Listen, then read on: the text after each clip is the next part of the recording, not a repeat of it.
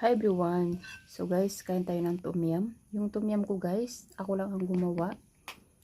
At nilagyan ko siya ng noodles. Kaya, para kahit hindi ako mag-rice, may noodles siya.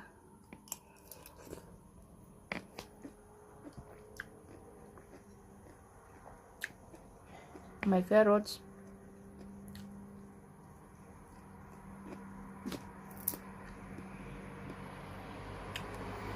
Mayroon ding prawns. Mayroon ding beef.